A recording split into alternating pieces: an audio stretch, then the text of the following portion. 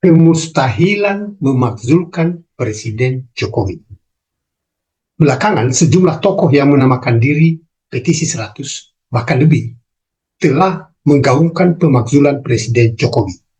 Upaya ini mengingatkan kita pada upaya yang pernah dilakukan oleh Amin Rais dan kawan-kawannya beberapa waktu yang lalu dengan menggaungkan people power untuk menjatuhkan Jokowi.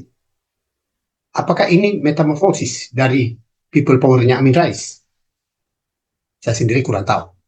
Yang jelas, tim 100 itu bahkan telah berupaya menarik-narik Mahfud MD di dalamnya dengan cara mengadakan konsultasi kepada beliau sebagai Menko Polhukam.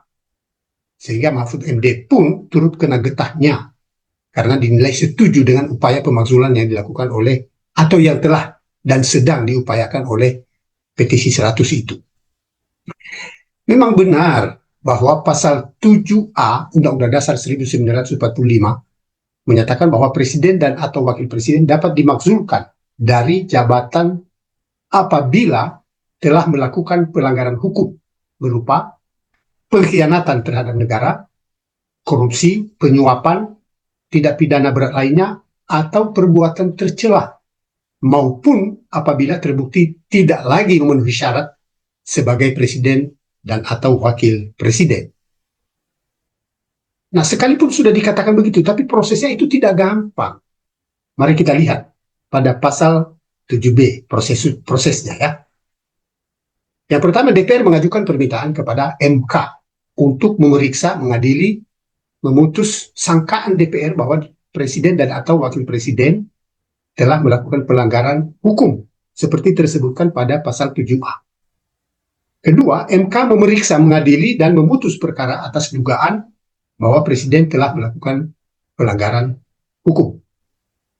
Yang ketiga, pengajuan permintaan DPR kepada MK disyaratkan adanya dukungan sekurang-kurangnya 2/3 dari jumlah anggota DPR yang hadir dalam sidang paripurna yang dihadiri oleh sekurang-kurangnya 2/3 dari jumlah anggota Dewan Perwakilan Rakyat.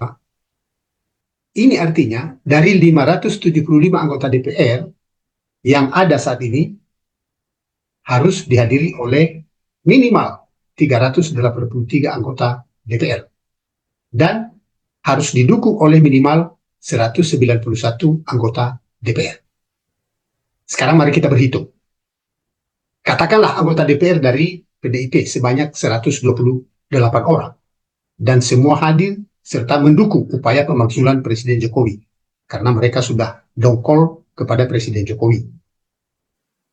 Namun jumlah itu belum memenuhi syarat. Lalu kalau diantaranya ada yang tidak setuju, PDIP sendiri misalnya terbelah, maka upaya pemakzulan sudah pasti tidak akan terjadi.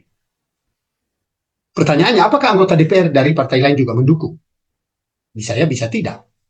Kita tidak dapat memastikannya di atas kertas. Hanya mereka yang tahu itu. Yang pasti bahwa tanpa memenuhi syarat jumlah dan dukungan dari jumlah yang hadir, maka bunyi canang pemakzulan Presiden Jokowi akan berakhir dengan kesia-siaan, omong kosong. Sekarang, katakanlah dukungan DPR memenuhi. Misalnya terpenuhi tadi jumlah yang disyaratkan oleh Undang-Undang Dasar. Apakah proses selanjutnya menjadi lancar, mulus, dan bisa dilaksanakan? Belum tentu juga. Ada banyak kendalanya. Saya sebutkan 2 poin saja kendalanya. Yang pertama, alasan pemakzulan bukan karena presiden dan atau wakil presiden tidak dapat melaksanakan tugas sebagai presiden dan atau wakil presiden. Karena pada kenyataannya mereka bisa menjalankan tugasnya sampai saat ini. Berarti alasan pemakzulan yaitu adanya dugaan pelanggaran hukum berupa pengkhianatan terhadap negara, korupsi, penyuapan, tindak pidana berat lainnya, dan atau perbuatan tercela. Ini artinya jika sangkaan presiden telah melakukan pelanggaran itu salah satu atau lebih atau semuanya, maka DPR harus sudah siap dengan bukti-bukti yang kalau ditakar dengan KUHP berarti setidak-tidaknya 2 alat bukti yang cukup. Pertanyaannya, apakah DPR memiliki bukti-bukti itu? Dan apakah sudah siap dengan bukti-bukti itu? Saya sendiri ragu. Hal kedua, soal waktu. Ingat, saat ini kita sedang fokus menyiapkan penyelenggaraan pemilu. Ya, proses yang diperlukan oleh MK sendiri untuk meriksa, mengadili, dan memutus perkara itu paling lama 90 hari. Sedangkan MPR memerlukan waktu paling lama 30 hari. Kalau di total berarti 120 hari atau sama dengan 4 bulan sejak DPR mengajukan permintaan kepada MK. Perlu diingat bahwa pemilu memerlukan situasi yang tenang di dalam masyarakat.